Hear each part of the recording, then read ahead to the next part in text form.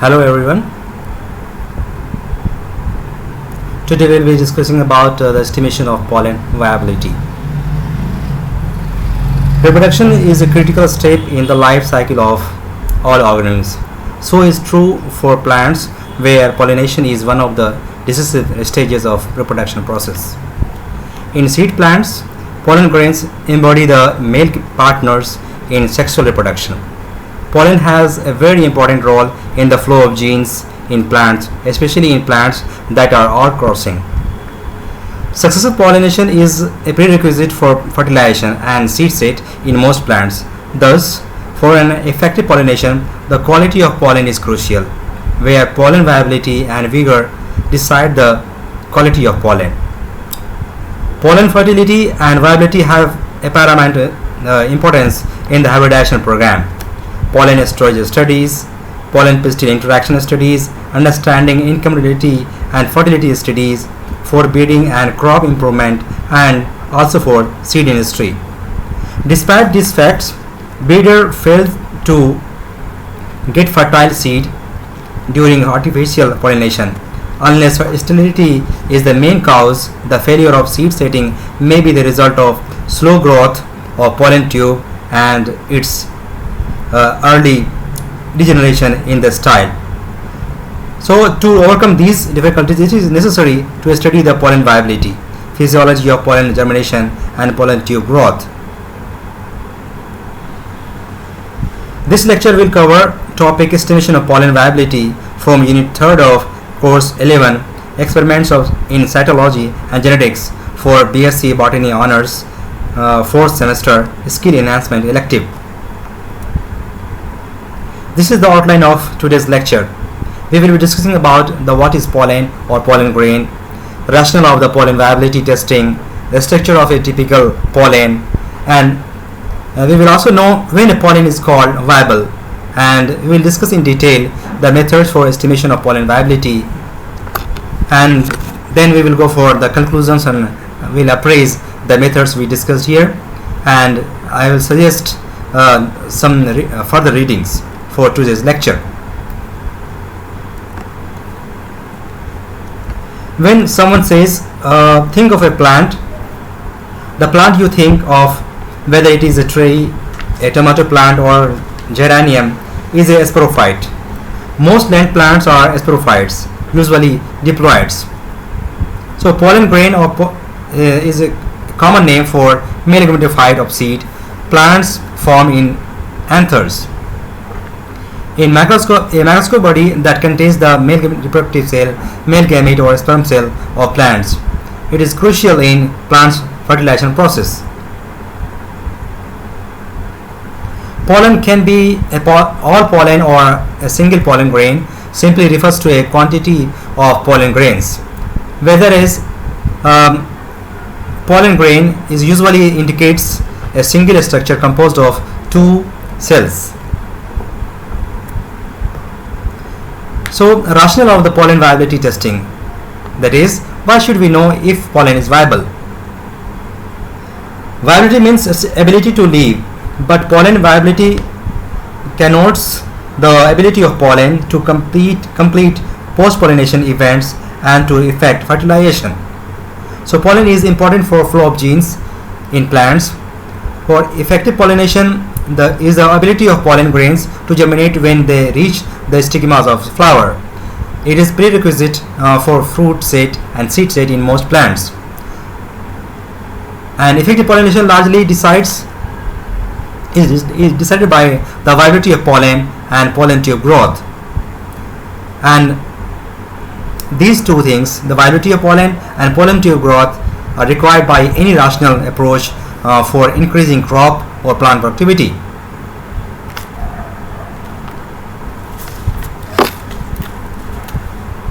Pollen viability is crucial for any studies on pollen biology.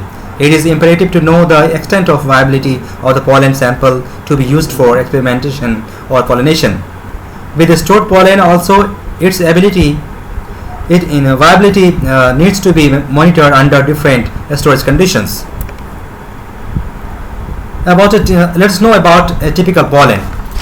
Pollen grains remarkably vary in their size, pigments, aromas, nutritional content for pollinators, pattern of their ornate exine structures, and these all structures are important for pollen delivery and for modulating the adhesion, hydration, and emergence of pollen tube.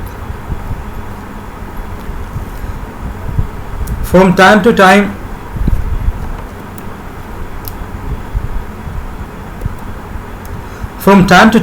many pollen viability tests have been standardized.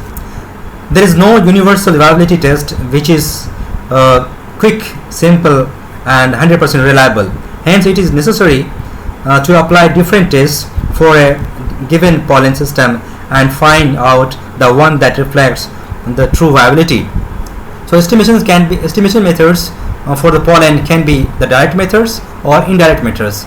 Indirect methods, here the pollen tube germination is based on the approaches induction of in vitro germination and induction of in vivo germination, whereas under the indirect methods, cytochemical parameters based approaches are pollen staining, for example S-gal test, tetrazolium test, dehydrogenase enzyme test, callose test, starch content test, and also the esterase activity tests.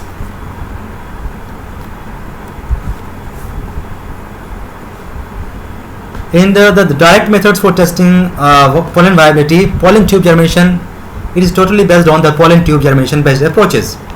Here in vitro pollen tube germination, here the pollen is grown on a specific media. Growth media contains sucrose, boric acid, calcium nitrate, important for pollen germination in plants. Growth media with pollen is kept under humid environment and room temperature of approximately 20 degrees centigrade. Pollens showing pollen tube length longer than their diameter are regarded as viable pollen. While very reliable and widely used test, it is rapid and reasonably simple.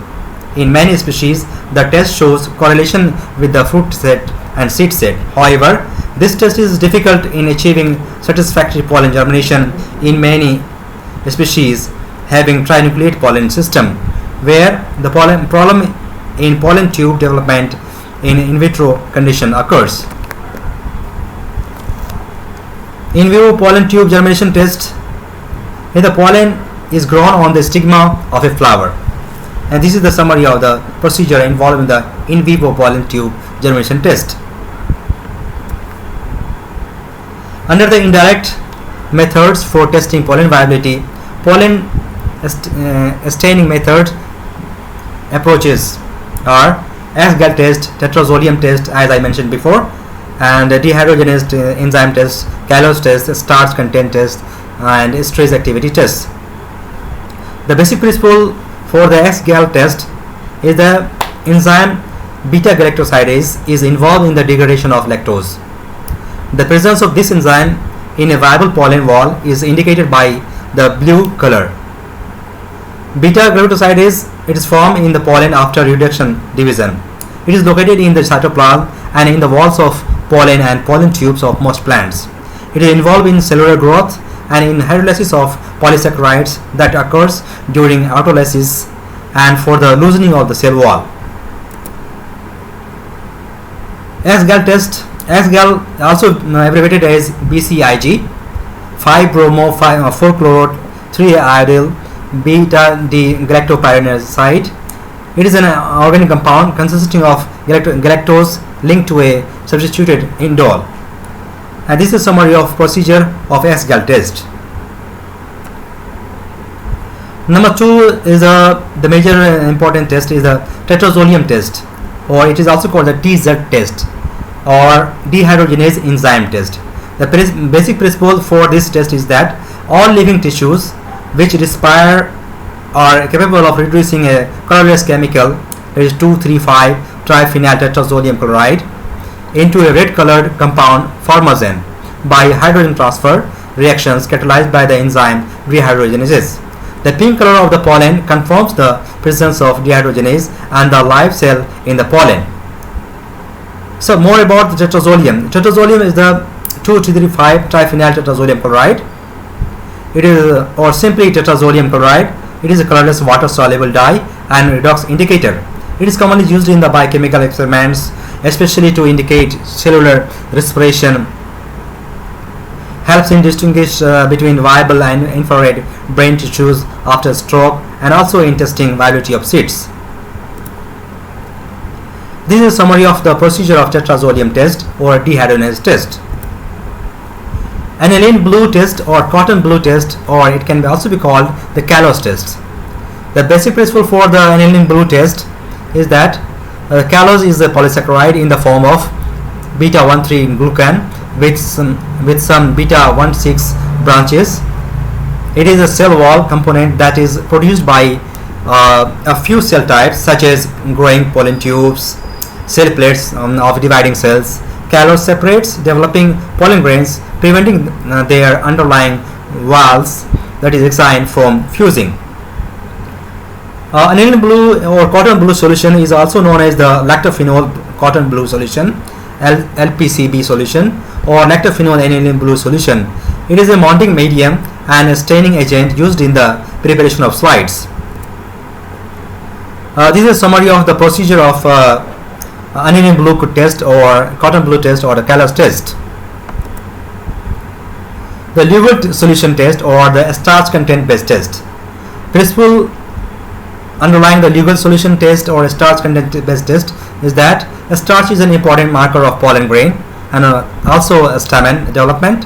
Starch reserves are accumulated in pollen during its development and the final stage of ripening.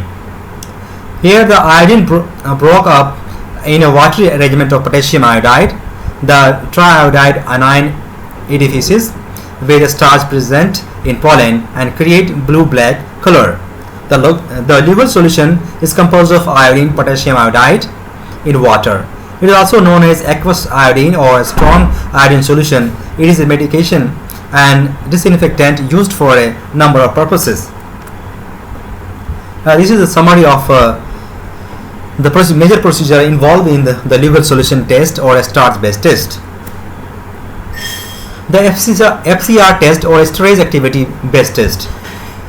And the principle here is that the certain non-fluorescent fatty acid esters of fluorescein freely enter living cells where they may rapidly be hydrolyzed to give fluorescein.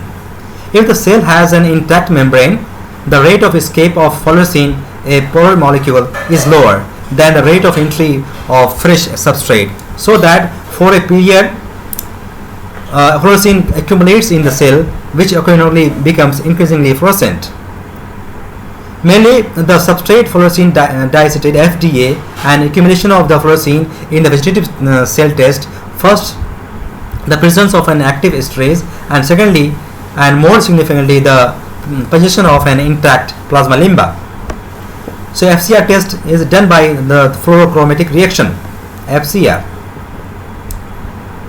This is the major procedure involved in the FCR test, esterase activity based test.